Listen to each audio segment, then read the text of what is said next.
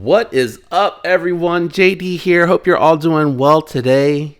How are we already in October? Can someone please explain to me how it felt like the first half of September finally had slowed down, and then like mid-month it just like snap of the finger, it was done. Anyway, I guess that means we're going to be talking about my top carried pocket knives for the month of September. You know the routine. We do this on a weekly basis. You probably even have a little bit of an idea what's going to be on this list. So let's go ahead and jump into my top 5 carries for September. And we got a 3-way tie in the number 5 spot. So I'm going to go in the order of my favorite out of these 3 that I ended up in the pockets. And I think it's kind of understandable why a couple of these are probably on the list because of the fact that testing, right? I'm carrying them, I'm handling them, I'm doing some cutting on the factory edge to get a feel for what the edge feels like, how it's holding up.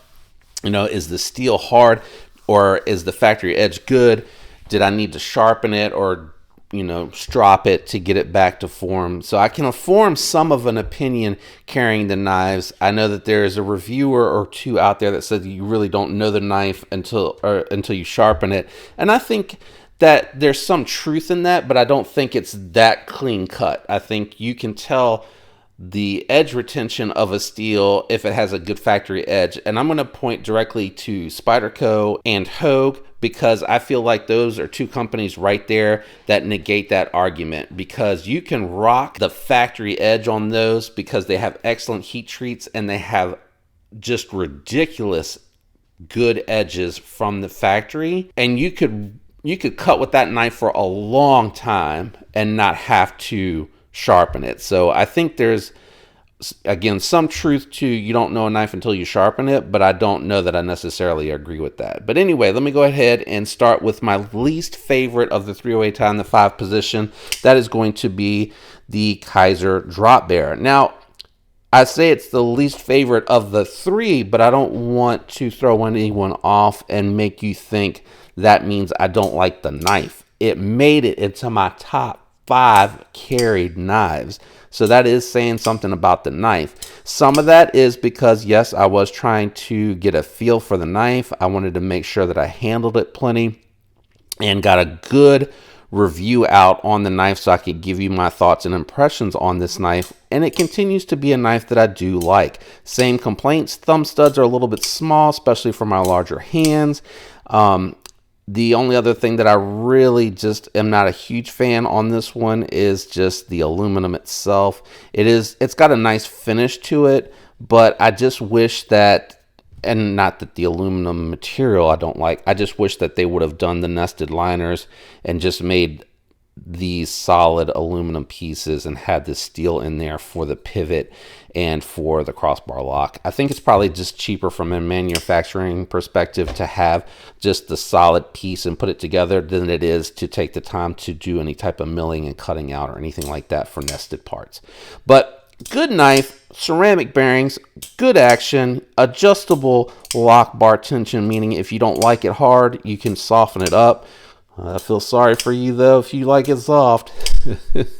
Overall, though, great knife, good size, good cutting performance. Kizer seems to have always done a nice job with their 154 cm. Be forewarned, their warranty leaves a little bit to be desired. So 3-way tie, number 5. Coming out as my second favorite out of the top 3, out of the 3-way tie in the 5 position is going to be the Devo Stout. Again, this is attributed a little bit to the carry time, but also I do like the knife. There's a lot of great features about it. I think the detent's just a little heavy on the knife. I think it could have been just a smidge lighter, and your results may vary because that's part of a production knife, right? When they're manufactured, there's going to be inconsistencies. There's going to be an inconsistency with the set of the ball for the detent and how it engages with the hole itself. There's just going to be, and the relief cut, lock bar tension, all of that's going to vary from knife to knife. But I do like this overall. I'm hoping it'll lighten up a little bit as it breaks in. If not, when I get ready for the disassembly video, which I haven't made it to yet, I will probably adjust the lock bar a little bit. Great knife. I have not yet ordered my Lynch clip. Been a little busy with the knives themselves, but I do think this one will probably stay around for a little while, and I do want to get the full titanium Lynch Northwest deep carry pocket clip for this. I think it'll look and work really well. That's really all I can think of. Again, I just recently did the review on that, so not too much to update from that. So the third and my favorite of these three, and I think for regular viewers, this is not going to be a surprise because this is a knife that really surprised me how much I liked it. I didn't think I was going to like it as much as I do, and that's going to be the WE Roxy 3. The reason I say that it surprised me is because it's a smaller knife, right? And someone with as large a hand as I have probably shouldn't really get along with a knife that's realistically this small, but that Ford finger choil, the way that the ergos were done on it, the fact that they made it a little bit chunkier just really works. I mean, look, my finger completely misses the jimping. Like, I have to choke back to get to the jimping. But when I'm using it to power cut and when I'm doing utility and draw cuts with it, it really works. And again, it just feels really good in hand. And I continue to love the aesthetics on this particular knife. Super fidgety, has a bunch of means of deployment.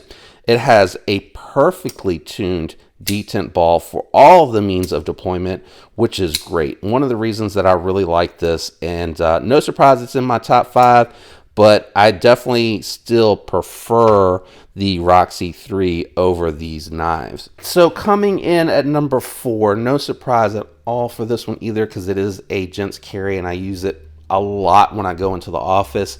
But I also just really like the fit, the finish, the way that it looks, everything about this USA made blade, and that is going to be the Tactile Knife Rockwall. That golf ball pattern, I just really like that, and I really like the sleekness to it. There is something about a gentleman's carry, so I definitely have a wide range of taste of knives that I like, and I appreciate all of the variety of the styles that are out there. And this is one that just really speaks to me. It's a very simple, straightforward design, but it's so well executed. And there's so many little detail and nice touches, the chamfering along the edges, the golf ball milling pattern, the jimping being very discreet looking from the side, but actually functional from the top. I mean, there's a lot of good things. I don't like this pocket clip. I think it's quite ugly and it takes away from the aesthetics, and also it bends very easily when it goes in and out of the pocket, so it gets out of shape. I also think the way that they did the thumb studs with the lock bar, because they wanted it to be super low profile, I just think that was a bit of a miss for me. The more that I spend time with this knife, that's definitely one thing that I always think to myself, if they would have just done this and then had the blade stick out just a little bit more to get the thumb studs out and away from the frame, I think I would have liked it better. But again, everything else about it I really enjoy. I have not yet sharpened this, but again, I am opening packages and cutting labels with this. I don't really hard use this, and I'm not the type of person that needs to rush out to go to put out their edge. Maybe as I continue to do it over time, I will do that. But right now, I practice on my cheapest knives, and the ones that I use a lot, that I actually wear down the edges, I will actually set time aside and go and sharpen those. As I gain confidence and get better, and I continue to watch things that'll help me get there, and practice makes perfect, you know, I'll probably get to a point where I will want to put the edges on, but to sit down with a stone and do that is just really something I don't have time to do with a full-time job. And I'm going to drop this down a little bit because I think I have the space. With a full-time job, doing this channel, which is basically a full-time job. When you get into planning, scheduling, recording, and editing, and trying to have at least a video a day, it's a full-time job. So in the future, when I get to sharpening, I'll probably rush to throw my edge on everything, especially if I get good at it. And I know that practice makes perfect, but right now, I'm happy if it has a good factory edge and I can cut with it. It holds a really sharp edge, or if I can maintain it that way by stropping it after using it, if it gets a good deal of use, I'm game for that. I'm not in a hurry to tear away the steel to put my edge on it. Having said that, I'm sorry I keep going off on these rants. Let me move it along. Number 3, no surprise at all. These are my favorite, and it is the culmination and combination of these two knives, and that is going to be the Demko AD 20.5. The first one I'm going to bring out is my DLT Trading exclusive variant. It is still an Austin A, but it came with the green Grivory handles, and it had the Cerakote finish on it. They didn't have a bunch of them that had the Cerakote finish when this one dropped, which is why I grabbed this one. And I just think that the blacked out blade and hardware with the Arctic Storm fat carbon scales looks really, really good. And then you can really see the fat carbon layered right there in the back spacer. And then it has that Lynch Northwest deep carry pocket clip. And then the other version that I have that got the other half of the pocket time for the month, but again, the combination of the AD 20.5s are the two knives combined, is going to be the 3V variant with a beautiful stonewash. I've had someone tell me that they thought this stonewash was ugly. I really like it. I think it has like an aged look to it. But again, I like stuff that has a patina look, especially like bronze that has a patina look to it, wallets, leather, and things like that. And I even have a couple of budget knives that I did an acid etch on, and they came out nice, but I don't find myself compelled to do that on like more expensive knives. But these are the original GOAT Shark Bite scales, the original GOAT back spacer, the Lynch Northwest deep carry pocket clip again. I do have skiffs in both of these knives. I did polish the scales myself, and I did the ano, so it has a little bit of a blurple going on. And I'm very happy with the work, and I continue to push myself to get better with this, but you can really see the blurple in the edges and a little bit in the side of the scale. And then I did the fade ano here on the back spacer to match the already faded Lynch Northwest deep carry pocket clip, but it went into a purple. So I did take the tip of it and I did dip that down a little bit, probably about to the crease, to get it to be a little bit of closer to the blue on the knife. So I think that came out really nice, looks really good. Great ergos. I think it has decent geometry, right? It's a little bit hard use, a little bit slicer. It's not the thickest blade, but it's also not the thinnest. It's not bug out thin, but they work really, really well. I hear a lot of people complain about the 3V and the Austin A, but Brian over at Transparent Knives said that the Austin A, he has tested a bunch because he reblades these, and he said the average is 60.5. He said he had one coming at a 58. So what he doesn't know is like what run. Was it an early run? Was it just a bad heat treat on one, which can happen in production? But he said it was good. He said the 3V also was around 60, and he said that's acceptable tolerances, but 3V really should be like magnet cut around that 63 mark. And I respect Brian because he's been doing it a long time and he does a ton of homework. If you ever watch him stream on Instagram and you just listen to him talk about what he does to find information, he's a very smart dude, and you can tell he's very curious about things, and he likes to research them and find them out himself. So he is a resource that I do trust, and he's testing these blades, and I feel like what he says lines up more for me in my instance on these blades, that they do perform very well. So those are tied, or the combination of the two, not tied, for the third spot. Number 2, no surprise for me, especially considering this was and still is to me a Grail knife. I think this is a knife that just really embodies what these pocket knives are about. Great ergonomics, great heat treat from a very reputable manufacturer, awesome blade steels, good grinds, great factory edges. And again, this goes to the fact that I say that you may not necessarily need to sharpen a knife or put your own edge on a knife to understand what the steel can do. I believe Spyderco does a fantastic heat treat because I don't even have to strop this M4 blade. And I promise you, this thing, because it gets carried so much, sees a lot of use. And because it has such great ergos, it's so comfortable, I gravitate towards it to do those jobs where if boxes build up and I need to break them down to fit them into my recycling bin, this is the one that I'm going after and grabbing.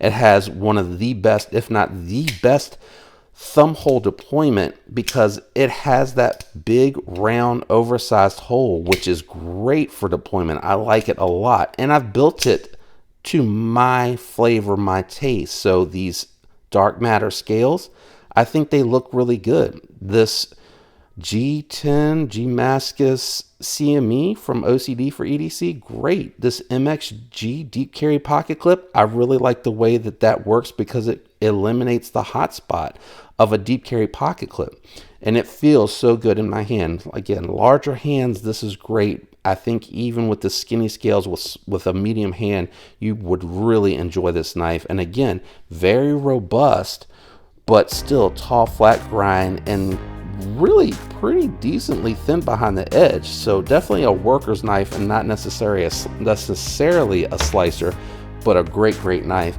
And number one, shouldn't surprise anybody. Again, Umanzon Grail knife, great ergos, extremely well built. And then this knife here surprised me because, again, I didn't think that I would fancy a Tanto, but not only do they look good, they're extremely functional, and especially for the type of task that I use, it has definitely gotten smoother and smoother as I've carried and fidgeted with it. I know that the purists say that you should not flick the blade out, that you should slow roll it out. My finger was on the lock bar, but it has gotten so smooth where you can do that, and it is satisfying to do it either way. But it is not so loose that you can shake it drop shut like the Inkosi that I used to have. RGT's pocket clip is okay. Same thing. It has kind of bent out of shape a little bit on me, which was what I was worried about, and I think that's because it is so thin. But the finish on it and the anodizing I put on it look really good. So I'm not going to complain too much. I definitely think this looks better than the factory clip for sure, but I was a little disappointed that it's so, I don't know how else to describe it, but thin, and it bends out of shape. Great knife. Not a whole lot that I need to say about the Umanzon. I think a lot of people already are familiar with the Sebenza, and if you know about the Sebenza well, then you probably know about the Umanzon. Let me know, what have you been carrying that you enjoy the most here lately, and what is coming out, and or what do you have on pre-order that you're excited to get your hands on? Because I'd like to hear more about that. I've learned from a lot of comments, people that are talking about knives that are coming, because again, there's so many out there that I just don't know about that I'm excited to learn about. I hope you enjoyed today's video. If you did, do me a favor, leave a like. If you're enjoying the content and you're not subscribed, consider subscribing. Thanks for everyone out there that is subscribed and regularly comments. I appreciate each and every one of you. I hope you have a fantastic week, and until next time, peace.